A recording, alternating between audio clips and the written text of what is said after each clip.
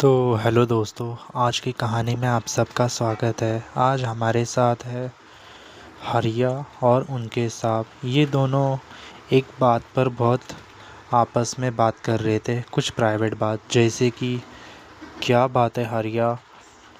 कुछ नहीं साहब, मुझे आपको कुछ बताना है। क्या हुआ? तू बहुत चिंतित लग रहा है। हाँ, हाँ साहब, कुछ ना कुछ गड़बड़ हुई है, इसके वजह से ये हो गया है। पर हुआ क्या है, मुझे बताएगा तो सही, मैं कुछ मदद करूं तेरी। अरे साहब, मैं तो कह रहा हूँ कि आज की रात हम कैसे गुजारेंगे? क्यों, क्या हुआ? कुछ नहीं, वही तांत्रिक बाबा आए थे। हाँ, अभी याद आया मुझे।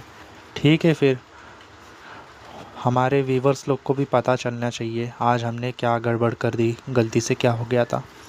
हाँ, थोड़ा वक्त लगा पर वो मुसीबत गई हमसे गले से दूर। शुरू से बताइए ना मालिक, क्या हुआ था? इंसान अपना घर ले लेता है खून पसीने की मेहनत के पैसे। किसी इंसान को वक्त लगता है एक घर खरीदने में, कुछ सपने देखना पड़ता है। इसके वजह से हमारे साहब ने भी यही घर लेने के बारे में बहुत सोचा। ये बंगला था, पर हमारे साहब को कुछ भी पता नहीं था। इसके वजह से हमारे साहब ने ना सोचते हुए भी इस बंगले को ख़रीद लिया, कम कीमत यानी कि कम पैसे में। हमारे साहब को थोड़ा भी शक नहीं हुआ कि इतना अच्छा बंगला इतने कम रेट में बिका जा रहा है, कहीं ना कहीं कुछ तो गड़बड़ होगी ना। इसके लिए जब साहब आप 2-3 दिन के लिए बाहर जाते थे तो इस बंगले को मुझे ही रहना पड़ता था अंदर। ये किस्सा मेरे साथ हुआ है। ठीक है फिर, आज बता देना क्या हुआ था। तो एक रात जब आप बाहर गए थे कुछ काम के वजह से, तो मैं बंगले की साफ़ सफाई कर रहा था। तो मुझे एक आदमी दिखाई दिया बंगले के अंदर। उसने कहा, सीढ़ी के ऊपर बैठकर रो रहा था। फिर मैं उसके पास गया और उससे पूछा, तुम कौन हो और यहाँ पर क्या कर रहे हो? तो उसने कहा कि तुम्हारे सांप का दोस्त हूँ मैं। तो तुमने बताया नहीं, उन्हें फ़ोन नहीं किया कि मैं आने वाला हूँ? ठीक है, कोई बात नहीं, मैं भूल गया था। आप हमारे सांप के दोस्त हो तो आप रुक सकते हो। फिर मैंने आपको फ़ोन किया था, मैंने कहा था कि विक्रम भाई साहब आए हैं। तो मुझे लगा कि मेरे स्कूल का दोस्त होगा, पर तूने कुछ बताया ही नहीं। इसके वजह से इसके लिए मैंने रात में उसे वहीं ठहरने के लिए कहा।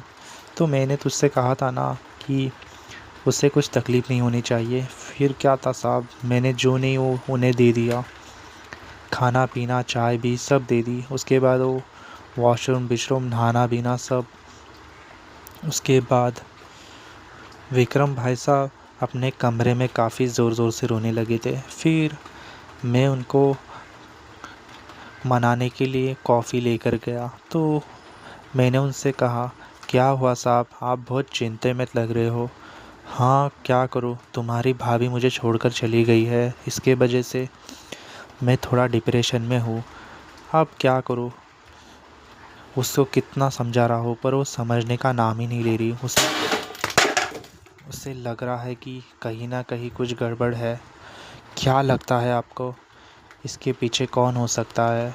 मुझे तो कुछ लग रहा नहीं है। चलो कोई बात नहीं, तुम खाना लाए हो वही खाकर मैं सो जाऊंगा। फिर क्या था, वो जैसे ही खाना खाकर सो गए, उसके बाद रात के 12 बज चुके थे। विक्रम भाई साहब की नींद खुल गई। वो पूरे बंगले में अकेले ही घूम रहे थे। उन्हें लग रहा था कि कहीं ना कहीं कोई तो है। तो उन्होंने मुझे भी उठाया। उसके बाद हमें किचन के अंदर से कुछ अजीब सी आवाज़ आने लग गई। हम दोनों किचन के यहाँ पर गए तो वहाँ पर हमने देखा करीब एक औरत थी। वो ऐसा लग रहा था कि कोई चीज़ खा रही हो। तो हम लोग ने उससे देखा और कहा, अरे तुम कौन हो, यहाँ पर क्या कर रही हो? तो उसने कहा कि आपके साहब ने मुझे नौकरी के ऊपर रखा है, मैं काम करने वाली बाई हूँ। तो उसने कहा ठीक है। फिर हम लोग का शक नॉर्मल हो गया। हमें लगा कि कहीं ना कहीं हमारी ही गलती है। हम जिसको जो नहीं समझ लेते हैं हमारी ही गलती है। उसके बाद दूसरे रात विक्रम भाई साहब रोने लगे और कहने लगे कि तुम्हारे साहब को फ़ोन करो। उसके बाद हम तीनों ने जो किस्सा देखा हमारे होश उड़ गए। क्या देखा था बता दे सबको। हाँ मैं बताता हूँ। तो हमने देखा किचन के यहाँ पर जो औरत थी वो कोई साधारण औरत नहीं बल्कि एक भूतनी थी, और उसकी एक पेंटिंग भी थी कमरे के अंदर।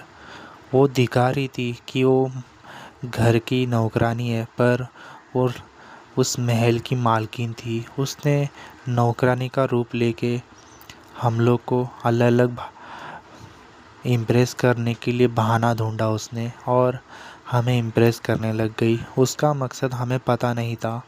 उसके बाद उसका असली रूप दिख गया था हमें। हम गलती से खिड़की के यहाँ पर से गए तो उसका असली चेहरा दिख गया हमें। हम तुरंत भागने लगे। हम ऊपर के कमरे में जाकर छुप गए। जैसे ही आप आए तो आपने देखा तो आप जगह पे ही बेहोश हो गए थे। फिर हमने बड़ी ही कोशिश से आपको उठाकर हमारे कमरे में ले आए और उसको बाद आपको सब बताया और आप हैरान हो गए थे। हाँ तूने सच कहा। फिर उसके बाद हमने रात के 2 बजे तांत्रिक को फ़ोन किया। उसने फ़ोन उठा लिया। उसे लगा कि काफ़ी इमरजेंसी है, इसके वजह से उसने कहा हाँ मैं आता हूँ, तुम चिंता मत करो, बस कुछ ही समय में आ रहा हूँ, तब तक तुम संभाल लेना।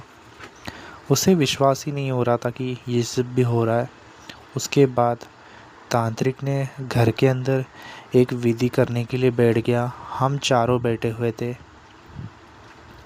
उतने में हमें बाथरूम में से आवाज़ें आ रही थी।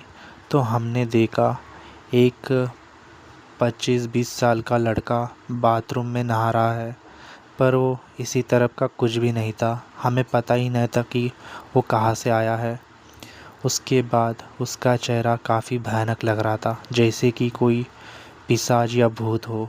उसे देखकर हमारी चीख निकल गई।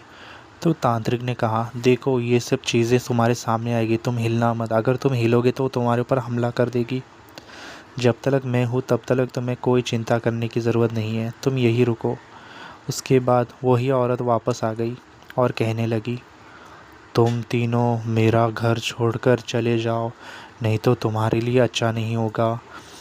ये हमारा कमरा है, इसमें हम ही रह सकते हैं। फिर उन्होंने कहा ऐसा। उसके बाद हमें उनको मालूम पड़ा कि उनकी बॉडी जो थी गार्डन के आफर दफन कर दी थी, और ये सब उनके पापा के भाई ने किया, यानी कि उनके मामा ने किया था। उसे ये बंगला चाहिए था जो कि उन्हें उन लोग जिंदा थे इसके लिए नहीं मिल रहा था। इसके वजह से उन्होंने उनके खाने में जहर डाला और उन्हें मारने की कोशिश की। इस तरह उसकी भी मौत हो गई, क्योंकि किसी ना किसी को हम बुरा करते हैं तो हमारे साथ भी बुरा ही होता है। उसके मामा जगह पे मर गए। फिर उसके बाद सारी फैमिली एक साथ ही इस दुनिया को छोड़ दी, और तब से वो बंगला श्रापित है। आज भी हमें डर लगता है, इसके वजह से हम बाहर बैठे हैं। लेकिन साहब आप आते हो तो ही मैं आता हूँ, छोड़ दे, मैं भी 1-2 हफ्ते में यहाँ से चला जाऊँगा। ऐसे भूतिया घर में मैं नहीं रहूँगा जो इतने सारे हादसे हुए हो। तो दोस्तों क्या लगता है आपको इस महल में क्या है? कमेंट्स में बताओ। क्या आपको कहानी कैसी लगी? क्या आपके पास भी ऐसी डरावनी कहानी है? अगर होगी तो हमें कमेंट कर सकते हैं। और दोस्तों आप सबका सपोर्ट चाहिए मुझे। कभी भी कुछ घर भी लेना हो तो उसकी जांच पड़ताल करनी चाहिए, ना कि हम सोच समय जल्दबाजी में घर लेना चाहिए, क्योंकि कुछ कुछ घरों में ऐसे राज छुपे होते हैं बाद में हमें ही प्रॉब्लम होती है। खैर कोई दिक्कत नहीं है, आप सब देख कर लीजिए, क्योंकि विश्वास करना चाहिए, अंधविश्वास नहीं करना चाहिए। इसके लिए कहता हूँ चैनल को सब्सक्राइब करो, ताकि ऐसी डरावनी कहानियाँ आप सबके लिए आते रहेंगी। आप सबका सपोर्ट चाहिए मुझे। मिलते हैं ऐसी ही डरावनी कहानी में। लाइक भी बहुत कम आ रहे, चैनल को ज़रूर सब्सक्राइब करना दोस्तों। मिलता हूँ ऐसी डरावनी कहानी में।